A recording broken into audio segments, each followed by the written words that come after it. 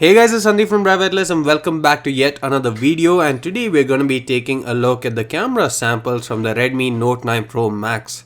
We have already included some of the samples in our first impressions video. If you haven't seen that, please do check it out and we'll link it at the end of this video. But here are some more samples that give you an idea on what to expect from the Redmi Note 9 Pro Max. Before we get started, please do make sure to hit the subscribe button and also turn on notifications for more videos like this. Now let's get this started.